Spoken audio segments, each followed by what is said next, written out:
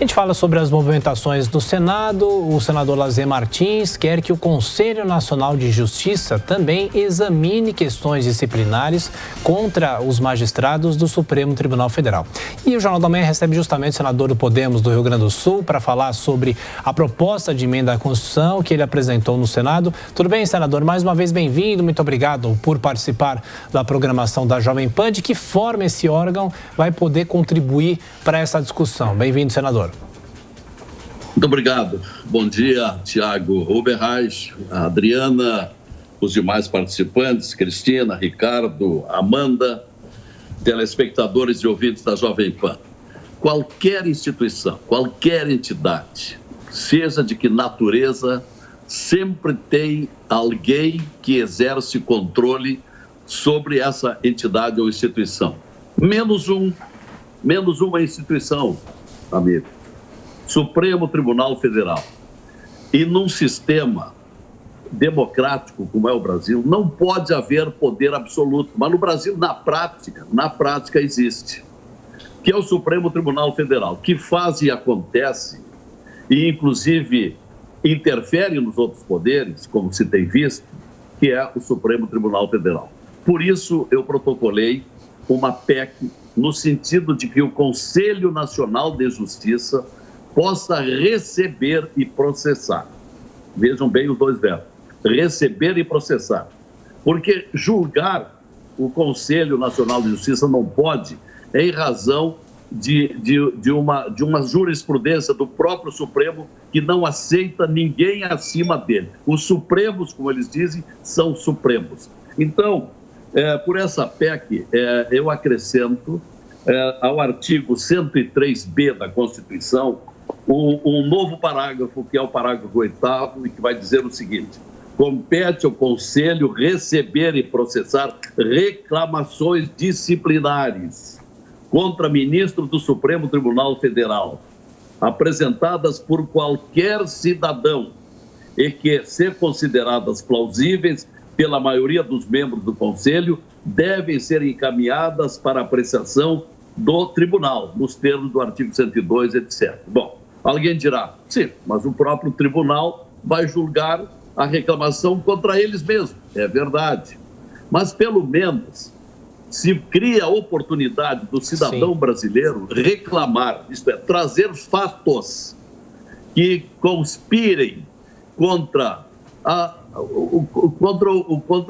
justiça, contra o próprio Estado democrático, e criar, quem sabe lá, o constrangimento, porque virá a público essa reclamação, virá a público. Porque atualmente, meus amigos, o órgão, a instituição que deveria processar e julgar o ministro Supremo não funciona. Há décadas, o Senado Federal, que tem atribuição para julgar e processar ministro do Supremo, manda para o arquivo dezenas, centenas de denúncias contra ações sob o ponto de vista administrativo, não jurisdicional, porque jurisdicional não se discute. E o Conselho Nacional de Justiça, ele tem poder para julgar qualquer magistrado de qualquer instância do Brasil, menos do Supremo.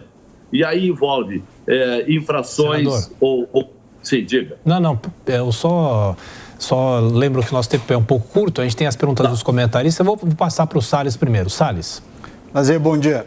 O que faz você acreditar que essa PEC possa avançar na medida que esses mesmos senadores que você acabou de se referir já se quedam inertes em relação a instrumentos que já estão à disposição relativamente à tramitação no Senado? Ou seja, se eles já se fazem de desentendidos com relação aos instrumentos que já têm, o que os faria mudar esta regra relacionada ao CNJ? Olha, Ricardo, é a publicização. Há uma previsão constitucional, artigo 37, que diz que todos os atos da administração pública devem ser publicados. Né? Bom, na medida em que o cidadão toma conhecimento de uma infração, de um crime de responsabilidade, e eles têm sido constantes por parte do Supremo Tribunal Federal, o tempo não permite aqui, mas daria para desfiar uma lista enorme de infrações de ministros que estão extrapolando as suas atribuições. Então, através da reclamação, esse reclamante vai divulgar. Protocolei no Conselho Nacional de Justiça uma reclamação por tal infração cometida pelo ministro X. E como no Conselho, onde estão 15 conselheiros, 9 são magistrados e 6 não são magistrados, que pelo menos, em respeito à moralidade pública, um desses 6, no mínimo, traga a público e faça um relatório revelando as infrações cometidas por determinados ministros. Em conclusão, o que nós estamos querendo é ampliar um leque de discussão sobre irregularidades, ilegalidades que ministros do Supremo vêm cometendo. Todos nós respeitamos a instituição Supremo, mas nós estamos vendo que o próprio Supremo não se dá o respeito por atitudes, não é? Por medidas de alguns dos seus ministros. Amanda Klein. Senador, bom dia. O que o senhor descreve aí vai justamente no sentido oposto da linha que tem sido seguida pelo presidente do Congresso, presidente do Senado, Rodrigo Pacheco, que até já rejeitou, aliás, nem reconheceu um pedido de impeachment contra o ministro Alexandre de Moraes protocolado no ano passado, finalzinho do ano passado, pelo presidente Jair Bolsonaro.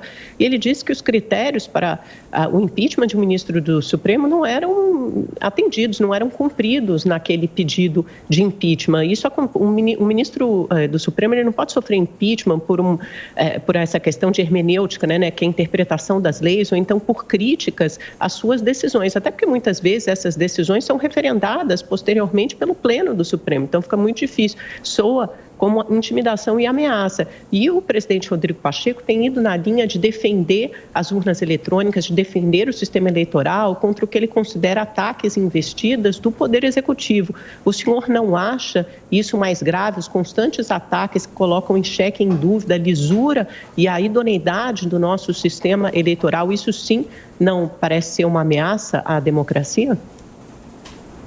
Não, sim, a pergunta é boa. Ameaça à democracia é haver uma instituição com poder absoluto no Brasil. E é o que nós temos atualmente. Isso no sistema democrático não pode existir.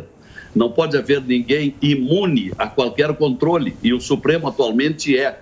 Como não funciona o Senado Federal, que jamais abriu processo contra qualquer ministro do Supremo, vamos criar uma nova área de reclamação. Reclamação é o termo usado pela Constituição. O cidadão comum vai aos jornais e declara: o ministro tal está infringindo a Constituição, o ministro tal está interferindo, está cometendo ativismo, está se intrometendo na área do poder legislativo, criando uma lei através da jurisprudência. Ou então determinado ministro está rejeitando uma medida do presidente da República que tem a prerrogativa de administrar conforme as suas conveniências. Veja o caso aquele em que uma medida do presidente da República nomeava um diretor da Polícia Federal e um ministro do Supremo diz: não, esse aí não, eu não quero esse. Então, até onde vamos? Sim. Senador, agora a pergunta de Cristina Grêmio. Cristina. Senador, como o senhor bem disse, não precisamos citar casos, né? Estão todos colocados, aí a população brasileira está enxergando, e tanto está enxergando que já foi às ruas pelo menos 2 vezes com o mote de salvem o STF. E é óbvio que parte desse recado vai ao Senado, porque o Senado que é a instância revisora. Como o senhor mesmo disse, o presidente do Senado está omisso, não segue o que a população pede, sequer coloca em votação os pedidos de impeachment, bem embasados, a meu ver, que já foram apresentados ali, inclusive abaixo-assinado com 3 milhões de assinaturas. Então eu queria saber do senhor como é que é o clima entre os outros 80 senadores, que a gente sabe que muitos têm comprometimento no Senado por conta de serem investigados lá, mas existe um clima para que os outros senadores façam valer os freios e contrapesos previstos na Constituição? São muito poucos, Cristina. Você diz bem, tem senadores que estão comprometidos, tem processos. Tem outro fator que pouco tem se falado, é o terrível orçamento secreto que foi distribuído para uma infinidade de parlamentares, entre eles dezenas de senadores, esses senadores obedecem o que o presidente, que também foi um recebedor de orçamento secreto, obedecem àquela orientação. Então, com isso, não se mexe, não se provoca um outro poder, que é o Supremo Tribunal Federal. Em suma,